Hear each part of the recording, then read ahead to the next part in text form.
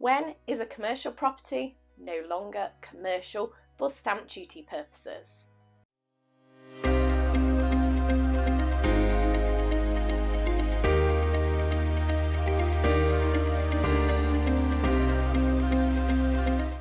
Hi, I'm Kimberly Shapcott, qualified chartered accountant, property investor and entrepreneur.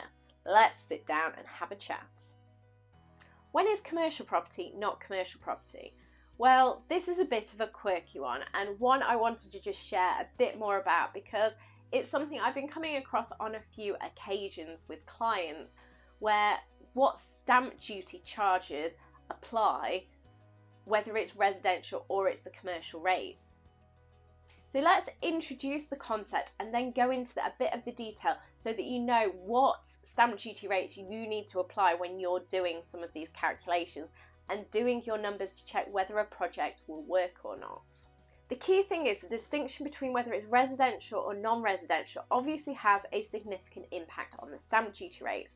As a non-residential property, the maximum stamp duty you pay is going to be 5%. However, for a residential property, it can be as high as 12, 15 or 17%.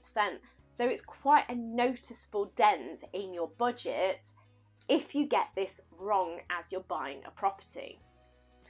Now, under the legislation, residential property is defined as a dwelling, a residential dwelling or building that is used or suitable for use as a dwelling or is in the process of being constructed or adopted for such use. And a non-residential property is one that is not residential. So you've kind of got this detailed definition of what a residential property is, and anything that doesn't fit into that is non-residential. I think a key point that we should note here is that this definition of residential property refers to actual use and suitability of use. And this is at the effective date of the transaction. So that's the point that you're going to be completing, which in essence shows that the intended future use of the building is not relevant at this point in time. So if you're, for example, buying an office building or you're buying a hotel, and even if those properties have got planning permission for conversion at the point of the effective date, it still would be classified as a non-residential property because it's not been adapted, it's not suitable for use as a residential. So all of the different definition points that we need to be ticking all fall within the non-residential approach, which obviously for any of us that are looking at conversions, this is great because it helps to reduce the stamp duty down to the non-residential rates and it's keeping our stamp duty down. So where does the dilemma, where does the issue arise? And the real question here is, what if the conversion is already underway? And this is where care needs to be taken, because we need to be looking at if the property is in the process of being constructed or adapted for residential purposes, because this is where it falls foul of the second part of our definition, which was the suitability for use at the effective date and being converted or adapted for that suitability of use.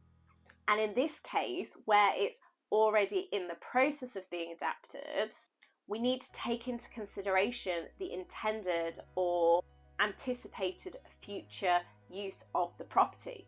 So if we're in the process of converting that property into a residential purposes, if it's already started being converted and that's where we're going, then this is where we have the issue that no, you're not going to be paying the non-residential stamp duty rates, you're actually going to be paying at the residential stamp duty rates, which has just significantly increased the cost of the project, and you probably need to be looking at reducing the offer that you're putting in to take account of those additional costs that are going to be incurred. So HMRC specifically states in this area, the process of construction or adaptation must be physically underway for the category to apply. HMRC do not consider obtaining planning permission on its own to be part of this process if work on the property in line with the planning permission has not yet commenced at the effective date of transaction. However, if construction or adaptation has begun at the effective date of transaction, then the planning permission would be a strong indicator of what the building is to be used for, whether it should be treated as a residential or non-residential property. Relevant properties that are in the process of being construction will be treated as dwellings at the point where building works on top of the foundations have begun. This will be more than a hole in the ground. Furthermore, preparatory works, including demolition of previous buildings, site preparation, etc., are not considered sufficient to determine that construction of a dwelling has started. These may be considered construction works, but they do not involve the construction of the building for use as a dwelling, as the legislation specifies. So as you can see, there is this very fine line where you need to be cautious with your projects, and especially if there's something that has started, you need to just check where they are in the process of doing works to see what stamp duty will apply for that project. Obviously, for stamp duty rates, we have the 3% additional that applies on residential property, so any residential is going to be also inflated by the 3%. And if they are an overseas investor, there's also going to be an additional 2%. So there could be up to an additional 5% on the residential rates compared to just the non-residential rates. So this is probably a word of warning for any budding developers out there. Before you start developing a project, know you can complete it, because if you need to sell it part way through, whoever buys it is going to have a bigger stamp duty bill to pay, which means they are going to be offering you less money as well. So there's probably a double side of things here for both the developer and someone who's buying something in order to develop a project as well. As you can see, more complications with stamp duty, but hopefully that gives you an idea, if you are looking at buying a property conversion project, what you need to be looking out for to ensure that you are taking into account what is going off with the stamp duty, so you can be putting that into your numbers and making sure you offer the right offer price, rather than finding that the cost of the project has just increased. Hopefully today you've discovered when a commercial property will be converted to a residential property for stamp duty purposes, so you can calculate how much stamp duty you will have to pay on your project. If you have any questions, then please do leave a comment. Please like the video and do subscribe to the channel. And let's make tax less taxing.